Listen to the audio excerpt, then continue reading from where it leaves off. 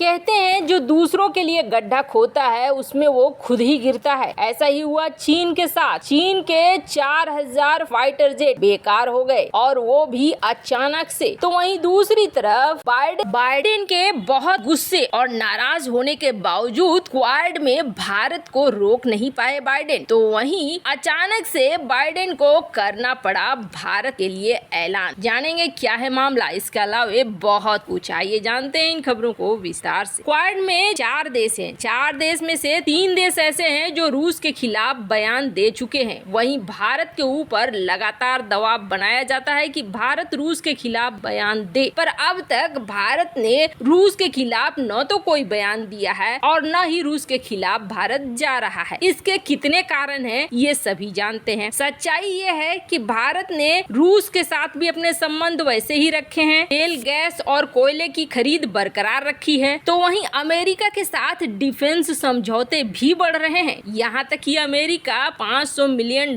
देने की घोषणा भी कर चुका है कि अमेरिका से पैसे ले और अमेरिकी कंपनियों से भारत हथियार खरीद। यानी भारत अपनी बात समझाने में कामयाब रहा है कि हम रूस को नहीं छोड़ सकते हैं, हमारी कई तरह से निर्भरता है। और अमेरिका को भी ये समझ में आ गया है कि रूस को छोड़कर कोई भी कदम नहीं उठाएगा जो रूस के खिलाफ। अब ऐसे में जब अमेरिका के राष्ट्रपति जो बाइडेन क्वाड शिखर बैठक में बैठे तो पीएम मोदी के सामने ही रूस के ऊपर तीखा हमला करने लगे। कहने लगे कि पुतिन यूक्रेन की संस्कृति को तबाह करना चाहता। बाइडेन ये कह रहे थे कि यूक्रेन के इतिहास पर जो रूसी हमला है वो एक आला अध्याय है, इसका जमकर निंदा। उन्होंने ये भी साफ कह दिया कि हम यूक्रेन पर मदद करेंगे। वैसे इसे देखा जा रहा है कि भारत के ऊपर दबाव बनाने की कोशिश हो रही है कि भारत भी कुछ बोले रूस के खिलाफ। हालांकि भारत ने कुछ भी नहीं कहा। पहले से भी ये तय था कि बाइडेन पीएम मोदी के सामने ये मुद्दा उठाएंगे और कोशिश करेंगे कि रूस के खिलाफ भारत बोले, पर भारत ने कुछ भी नहीं। इसके उलट अब अमेरिकी संसद में चर्चा होने लगी कि भारत के ऊपर काटसा के प्रतिबंध लगाएगा अमेरिका कि नहीं लगाएगा। अगर अमेरिका नहीं लगाता है तो इसके क्या परिणाम होंगे और लगाता है तो इसके क्या परिणाम होंगे। परिणाम निकलकर सामने आने लगा कि अगर हम इस वक्त भारत पर प्रतिबंध लगाते हैं तो चीन के खिलाफ हमें कोई मदद नहीं मिलने लगेगी और जो गलती हमने 70 साल पहले निभाई थी वही गलती हम फिर कर रहे हैं कि भारत को ढकेल रहे हैं रूस की तरफ। प्रतिबंध लगाएंगे रूस के साथ और भी ज्यादा रिश्ते बढ़ जाएंगे भारत के। भारत का विश्वास जो थोड़ा बहुत अमेरिका के ऊपर बनता है वो भी खत्म हो जाएगा। वैसे ही अमेरिका के ऊपर भारत यकीन नहीं करता है, पर अगर हम अब भी ऐसा करेंगे तो भारत और भी ज्यादा हाथ से छूटता चला। ऐसे में अब अमेरिकी संसद और अब तो रक्षा मंत्रालय भी इस तरह के इशारे दे रहा है कि भारत के ऊपर S-400 को लेकर जो बवाल मचा है उस बवाल के बीच भारत के ऊपर प्रतिबंध लगाने नहीं जा रहा है अमेरिका। अब इससे आप अंदाजा लगा लीजिए कि अमेरिका किस तरीके से भारत को इस वक्त अपने पाले में रखना चाहता है, किसी भी तरह की गलती दोहराना नहीं चाहता है, क्योंकि उसके सामने चीन बहुत बड़ा।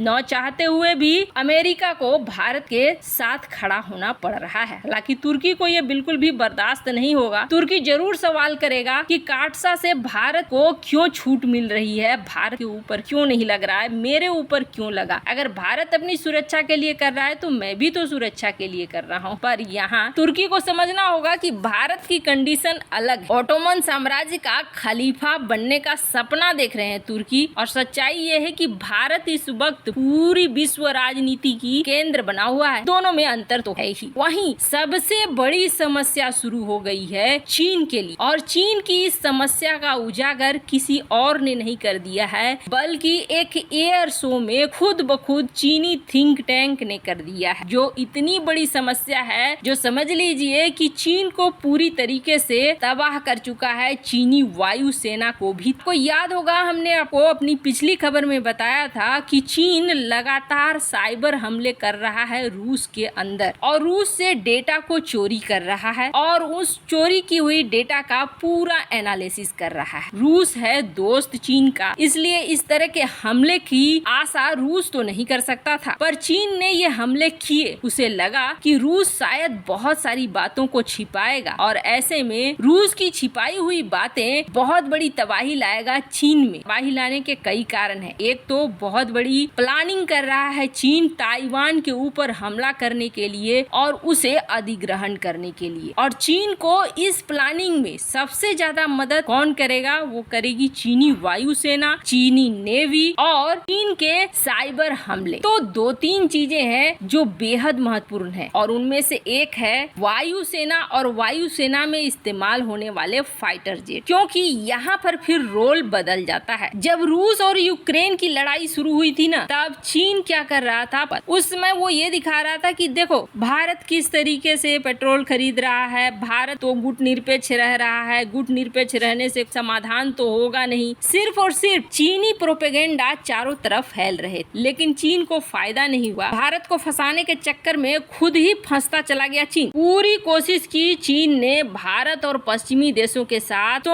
दोनों रिश्तों को बिगाड़ने का, ताकि भारत को मदद न मिले पश्चिमी देशों का। पर इसका उल्टा होने लगा है। भारत को पश्चिमी देशों की तरफ से भी मदद मिल रहा है और रूस की तरफ से भी मदद मिल रहा है। रूस की तरफ जहां भारत और रूस ने अब ये फैसला कर लिया है कि भारतीय सामग्री रूस जाएगी तो बदले में वहां से फर्टिलाइजर आएंगे। इस तरीके के भी व्यापार चल रहे हैं, जो सामान से मतलब एक हाथ दो, दूसरे हाथ दूसरा सामान लो। इस तरीके से व्यापार चल रहा है। तो इधर $500 मिलियन अमेरिका देने को तैयार है। पर चीन के लिए समस्या ये हो गई है कि सोवियत संघ से लेकर अब तक चीन ने जितने भी इंजन हो गए, फाइटर जेट हो गया या फिर अपना स्पेस प्रोग्राम हो गया, इसके लिए मदद लिया सोवियत संघ का और अब रूस का। रूस ने यहाँ तक चीन के बहुत ही उन्नत J-20 में भी कई कंपोनेंट्स दिए हैं। अब समस्या ये हो गया है कि सबसे बड़ी बात यह है कि 4000 से ज्यादा इंजन रूस के लगे हुए हैं चीन के फाइटर जेट। और जैसे जैसे युद्ध बढ़ रहा है, रूस किसी बड़ी प्लानिंग में और इसने अब संसाधनों को देने से मना करना शुरू कर दिया है। अपने फाइटर जेट, अपने संसाधन इस्तेमाल कर रहा है। जाहिर सी बात है, जो बनी हुई चीजें हैं उसे रूस गंवाना नहीं चाहता है। अगर कल को ये युद्ध बड़ा रूप ले लेता है, नाटो की जंग शुरू हो जाती है, तो फिर रूस को खुद ही हथियारों की जरूरत पड़ेगी। कितना समस्या ये है कि ये समस्या आप सोचेंगे भारत के लिए भी तो है, चीन के लिए है, तो क्योंकि हथियार तो दोनों ही देश रूस का इस्तेमाल कर रहे हैं। तो सबसे बड़ी समस्या ये है कि भारत को ऑप्शन है, भारत अमेरिका से भी खरीद सकता है, फ्रांस से भी खरीद सकता है, लेकिन चीन के पास इस तरीके के ऑप्शन नहीं है। चीन ने चोरी भी किए हैं, तो रूस की टेक्नोलॉजी को चोरी करके ही कई सारे इंजन बनाए हैं। मतलब एक साथ कईयों को बड़ा धक्का लगने वाला है और ऐसे में वायुसेना की हालत पतली हो जाएगी अगर कोई भी युद्ध चीन थोड़ा भी लंबा खींचने की कोशिश करता है। इन सब मामले में आपकी क्या राय है? कमेंट कर जरूर बताएं। जल्द मिलते हैं अगले वीडियो।